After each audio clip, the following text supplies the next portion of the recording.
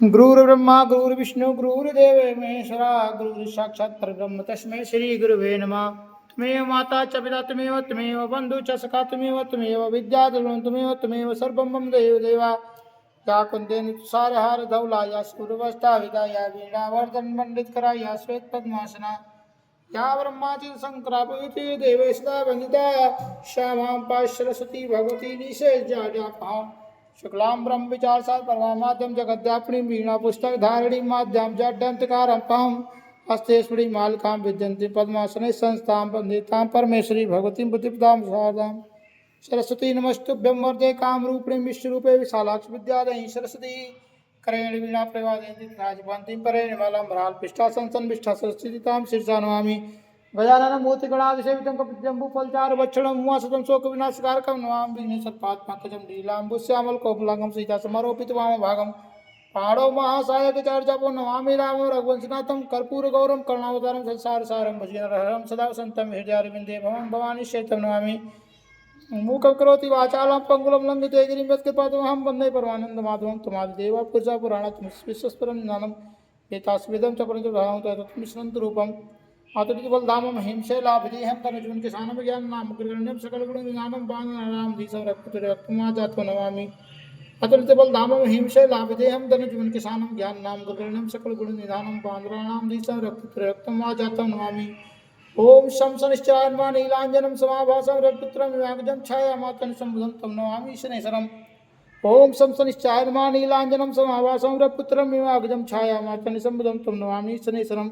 अतुलितबलधामं हिंशैलाभिदेहं तनुजुन् किसानं ज्ञानं ग्रगण्यं सकलगुणनिधानं बाणराणां धीसरक्तुरक्तमाजातं नमामि।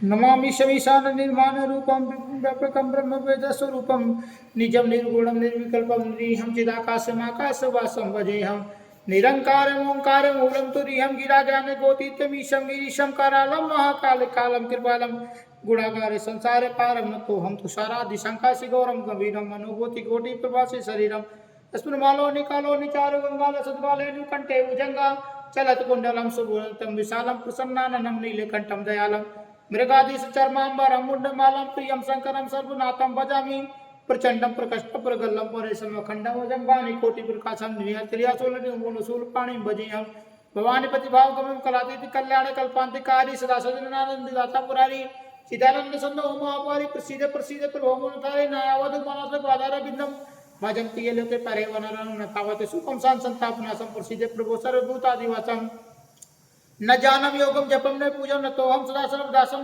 तुभ्यम जरा जन्म दुखोदि तातप्यमानं प्रभो पाहि अपनिमिषं शंभु रुद्राष्टम पोक्पण विप्रेण हतो से हे प्रंदरा भक्तों तेषां शंभु प्रसिद्धति। जय गणेश। नमो नवो नवो नवमो अध्याय निशुंभ का वध। मैं अर्धनारीश्वर के श्री विग्रह की नियंत्रण शरण लेता हूँ। उनका वर्ण बंधक पुष्प और सुवर्ण के समान रक्तपीत मिश्रित है। वह अपनी भुजाओं में सुंदर अक्षमाला पाश अंकुश और वज्र मुद्रा धारण करता है। अर्धचंद्र उनका आभूषण है तथा वो तीन नेत्रों से सुशोभित हैं। राजा ने कहा, भगवान आपने रक्त बीज के वध से के संबंध रखने वाला देवी का चरित्र ये अद्भुत महत्व मुझे बतलाया।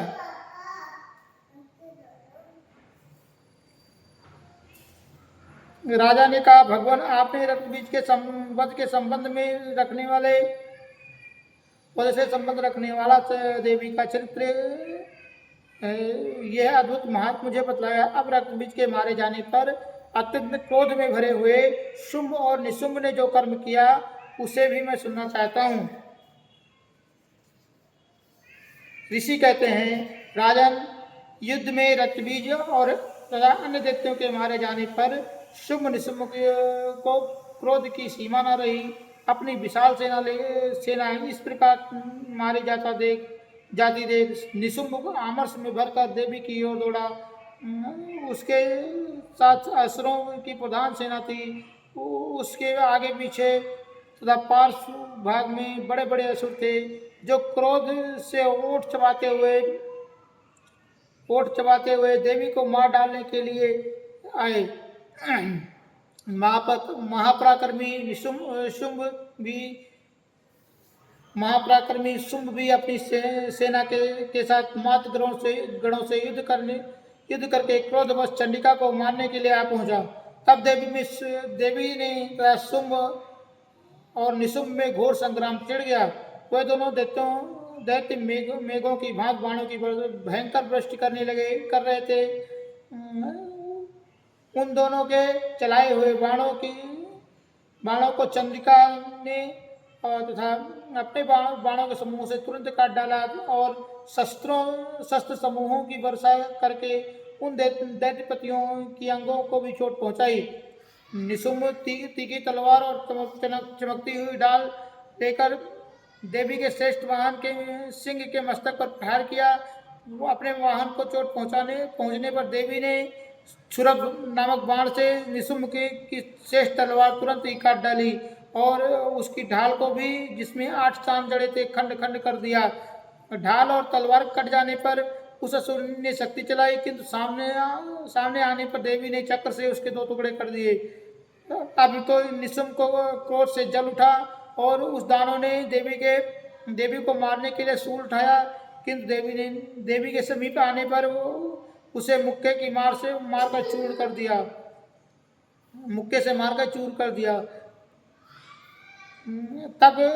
तब उसने गदा घुमाकर चंडी के ऊपर चलाई, परंतु वो देवी के त्रिशूल से कटकर भस्म हो गई। तदंतर दैत्यराज निशुंभ को फरसा हाथ में लेकर आते देख देवी ने बाण समूहों से घायल कर धरती पर सुला दिया। उस भयंकर पराक्रमी निशुंभ को धराशायी हो जाने पर शुंभ को बड़ा क्रोध हुआ और अंबिका का वध करने के लिए वो आगे बढ़ा। रथ पर बैठे बैठे ही उत्तम आयुधों से सुशोभित हो अपनी बड़ी बड़ी 8 अनुपम भुजाओं से समूचे आकाश को ढककर वो अद्भुत शोभा पाने लगा। उसे आते देख देवी ने शंख बजाया और धनुष की प्रत्यंचा का भी अत्यंत दुस्साह शब्द किया। तब साथ ही अपने घंटे के शब्द से जो समस्त दैत्यों का तेज नष्ट करने वाला था, संपूर्ण दिशाओं में व्याप्त कर दिया। तदंतर सिंह ने भी अपनी दहाड़ से, जिसे सुनकर बड़े बड़े गजराजों का महान मत दूर हो जाता था, आकाश पृथ्वी और 10 दिशाओं में गुजा दिया। फिर काली ने आकाश में उछलकर अपने दोनों हाथों से पृथ्वी पर आघात किया। उससे ऐसा भयंकर शब्द हुआ जिससे पहले के सब शब्द शांत हो गए। तत्पश्चात शिवदूती ने दैत्यों के लिए अमंगल जनक अट्टहास किया। इन शब्दों को सुनकर समस्त असुर थर्रा उठे, किंतु शुंभ को बड़ा क्रोध हुआ। उस समय देवी ने जब शुंभ को लक्ष्य करके कहा, ओ दुरात्मन, खड़ा रहे। तभी आकाश में खड़े देवता बोले, जय हो जय हो। शुंभ ने वहां आकर ज्वालाओं से युक्त अत्यंत भयानक शक्ति चलाई। अग्निमय पर्वत के समान आती हुई उस शक्ति को देवी ने बड़े लूके से दूर हटा दिया। उस समय शुंभ के सिंहनाद से तीनों लोग गूंज उठे। राजन, उसकी प्रतिध्वनि से वज्रपात के समान भयानक शब्द उत्पन्न हुआ, जिससे अब अन्य सब शब्दों को जीत लिया। जिसने अन्य सब शब्दों को जीत लिया। शुंभ के चलाए हुए बाणों को देवी ने और देवी के चलाए हुए बाणों को शुंभ ने अपने भयंकर बाणों द्वारा सैकड़ों और हजारों टुकड़े कर दिए। तब क्रोध में भरी हुई चंडिका ने शुंभ को शूल से मारा। उसके आघात से मूर्छित हो पृथ्वी पर गिर पड़ा। इतने में ही निशुंभ को चेतना हुई। उसने धनुष हाथ में लेकर बाणों द्वारा देवी काली तथा सिंह को घायल कर डाला। फिर उस दैत्यराज ने 10,000 बाहें बनाकर चक्रों के प्रहार से चंडिका को आच्छादित कर दिया। तब दुर्गम पीड़ा का नाश करने वाली भगवती दुर्गा ने कुपित होकर अपने बाणों के समूह बाणों से उन चक्रों तथा बाणों को काट गिराया। तब यह देख शुंभ दैत्य के साथ चंडिका का वध करने के लिए दैत्य सेना ने दैत्य सेना के साथ चंडिका का वध करने के लिए हाथ में गदा ले बड़े वेग से दौड़ा। उसके आते ही चंडी ने तीखी धार वाली तलवार से उसकी गदा को शीघ्र ही काट डाला। तब उसने सूल हाथ में ले लिया। देवताओं को पीड़ा देने वाले निशुंभ को सूल हाथ में ले आते देख चंडिका ने वेग से चलाए हुए अपने सूल से उसकी छाती छेद डाली। सूल से विदीर्ण हो जाने पर उसकी छाती से एक दूसरा महाबली और महापराक्रमी पुरुष खड़ी रहे कहता हुआ निकला। उसके निकलते हुए पुरुष की बात सुनकर देवी ठठाकर हंस पड़ी और बोली, खड़क से उसका मस्तक काट डाला। फिर वो पृथ्वी पर गिर पड़ा। तदंतर सिंह अपनी दाढ़ों से असुरों की गर्दन कुचलकर खाने लगा। ये बड़ा भयंकर दृश्य था। उधर काली और शिवदूती ने भी अन्याय ने दैत्यों का भयक्षण आरंभ कर दिया। कौमारी की शक्ति से विदीर्ण होकर कितने के महादैत्य नष्ट हो गए। ब्रह्मांडी के मंत्र कुछ जल से निस्तेज होकर कितने ही भाग खड़े हुए। कितने ही दैत्य माहेश्वरी के त्रिशूल से पृथ्वी पर कचूमर निकल गया। वैष्णवी ने अपने चक्र से दानों के टुकड़े टुकड़े कर डाले। इंद्री के हाथ से छूटे हुए वज्र से कितने ही प्राणों से हाथ धो बैठे। कुछ असुर नष्ट हो गए, कुछ उस समय उस महायुद्ध को छोड़ से भाग गए तथा कितने ही काली शिवदूती और सिंह के ग्रास बन गए। इस प्रकार मार्कंडेय पुराण में सावर्णिक मनवंतर कथा के अंतर्गत देवी महात्म्य में निशुंभ वध नामक 9वां अध्याय पूरा हुआ। 10वां अध्याय शुंभ का वध।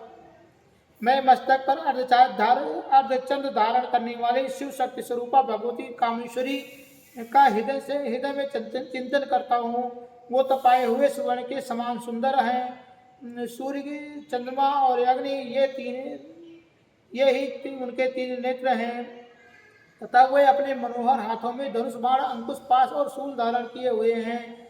ऋषि कहते हैं, राजन, अपने प्राणों से प्यारे भाई निशुंभ को मारा गया देख तथा सारी सेना का संहार होता जान शुंभ ने कुपित होकर कहा, दुष्ट दुर्गे, तू बल के अभिमान में आकर झूठ मूठ का घमंड मत ना दिखा।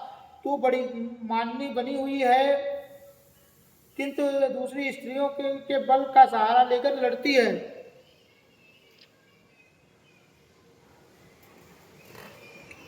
देवी बोली, ओ दुष्ट, मैं अकेली ही हूँ। इस संसार में मेरे सिवा दूसरी कौन है? देख, ये मेरी ही विभूतियां हैं अतः मुझ में ही प्रवेश कर रही हैं। तदंतर ब्रह्मांडी आदि समस्त देवियां अंबिका के शरीर में लीन हो गई। उस समय केवल अंबिका देवी ही रह गई। देवी बोली, मैं अपनी ऐश्वर्य से अनेक रूपों में यहाँ उपस्थित हुई हूँ। उन सब रूपों को मैंने समेट लिया है। अब मैं अकेली युद्ध में खड़ी हूँ, तुम स्थिर हो जाओ। ऋषि कहते हैं, तदंतर देवी और निशुंभ दोनों में सब देवताओं दानों को देखते देखते भयंकर युद्ध छिड़ गया। बाणों की वर्षा तथा तीखे शस्त्रों एवं दारुण अस्त्रों के प्रहार के कारण उन दोनों का युद्ध सब लोगों के लिए बड़ा भयानक प्रतीत हुआ। उस समय देवता अंबिका देवी ने जो सैकड़ों दिव्य अस्त्र छोड़े, उन्हें दैत्यराज शुंभ ने उनके छोड़े निवारक अस्त्रों द्वारा काट डाला। इसी प्रकार शुंभ ने भी जो दिव्य अस्त्र चलाए, उसे परमेश्वरी ने भयंकर हुंकार शब्द के उच्चारण हाथ द्वारा खिलवाड़ में ही नष्ट कर डाला। तब उस असुर ने सैकड़ों बाणों द्वारा से देवी को आच्छादित कर दिया। यह देख क्रोध में भरी हुई उन देवी ने भी बाण की वर्षा बाण मार कर उसका धनुष काट दिया। धनुष कट जाने पर फिर फिर दैत्यराज ने शक्ति हाथ में ली, किंतु देवी ने चक्र से उसकी शक्ति को भी काट गिराया। तत्पश्चात दैत्यों के स्वामी शुंभ ने 100 चांद वाली चमकती ढाल और तलवार हाथ में ले उस समय देवी पर धावा किया। उसके आते ही चंडिका ने अपने धनुष के से छोड़े हुए तीखे बाणों द्वारा उसकी सूर्य किरणों के समान उज्जवल ढाल और तलवार तुरंत काट दिया। फिर उस दैत्य ने के घोड़े और सारथी मारे गए। धनुष तो पहले ही कट चुका था, अब उसने अंबिका को मारने के लिए उद्गत हो भयंकर मुद्गर हाथ में लिया। उसे आते देख देवी ने अपने तीक्ष्ण बाणों से उसका मुद्गर भी काट डाला। इस पर भी वो असुर मुक्का तान कर देवी बड़े वेग से देवी की ओर झपटा। तब उस दैत्यराज ने देवी की छाती पर एक मुक्का मारा। तब उस देवी ने भी उसकी छाती पर एक चाटा जड़ दिया। देवी का थप्पड़ खाकर दैत्यराज शुंभ पृथ्वी पर गिर पड़ा, किंतु पुनः सहसा पूर्ववत उठ खड़ा हो गया, फिर उछला और देवी को ऊपर ले जाकर आकाश में खड़ा हो गया। तब चंद्रिका ने आकाश में बिना किसी आधार के ही शुंभ के साथ युद्ध करने लगी। उस समय दैत्य और चंडिका का आकाश में एक दूसरे से लड़ने लगे। उनका वो युद्ध पहले सिद्ध और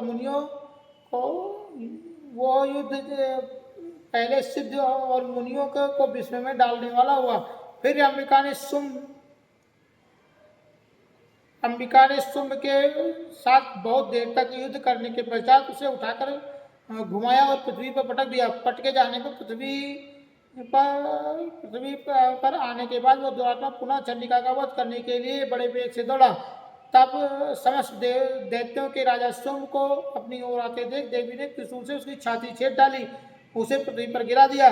देवी के शूल से घायल की धार से घायल होने पर उसके प्राण पखेरु उड़ गए। वो समुद्र द्वीपों पर्वतों समूची पृथ्वी को कपाता हुआ भूमि पर गिर पड़ा। तदंतर उस दुरात्मा के मारे जाने पर संपूर्ण जगत प्रसन्न एवं पूर्ण स्वस्थ हो गया। आकाश स्वच्छ दिखाई देने लगा। पहले जो उत्पात सूचक मेघ और उल्कापात होते थे वे सब शांत हो गए तथा उस दैत्य के मारे जाने पर नदियां ठीक मार्ग से बहने लगी।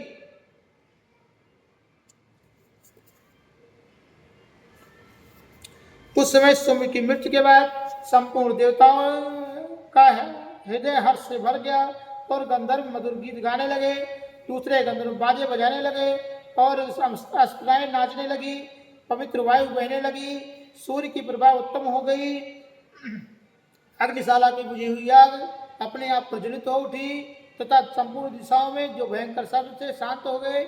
इस प्रकार मार्कंडेय पुराण में सावर्णिक मनवंतर कथा के अंतर्गत देवी महात्म्य में शुंभ वध नामक 10वां अध्याय पूरा हुआ।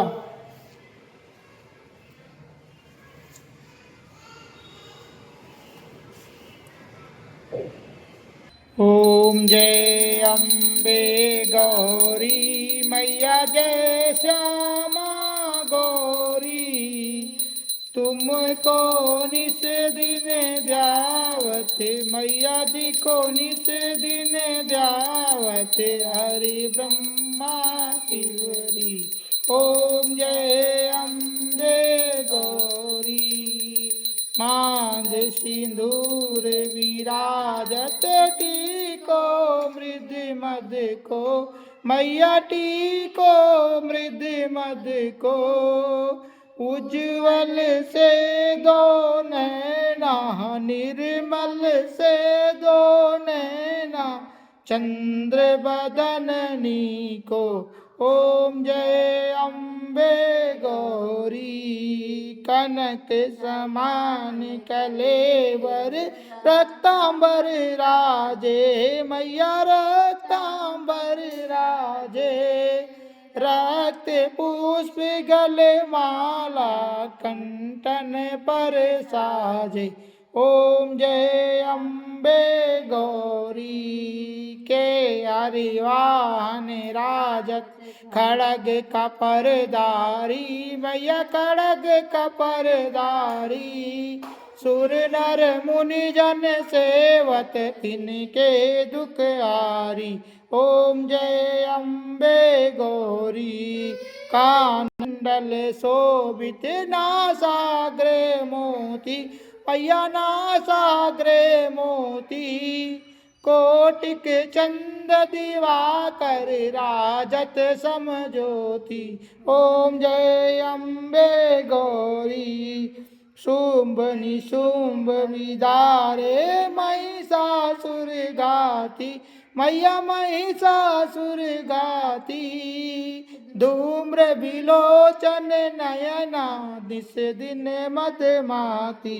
ओम जय अम्बे गौरी। चंड मुंड संगारे सोड़ित बीज हरे, मैया सोड़ित बीज हरे। मधु कैटभ दो मारे सुर भयहीन करे। जय अम्बे गौरी। ब्रह्माणी रुद्राणी तुम कमला, मैया तुम कमला रानी। आगम निगम बकानी तुम शिव पट रानी। ओम जय अम्बे गौरी। 64 योगिनी गावत नृत्य करत भैरो, मैया नृत्य करत भैरो। बाजत ताल मृदंगा और बाजत डमरू। ओम जय अम्बे गौरी। तुम ही जग की माता, तुम ही हो भरता, मैया तुम ही हो भरता।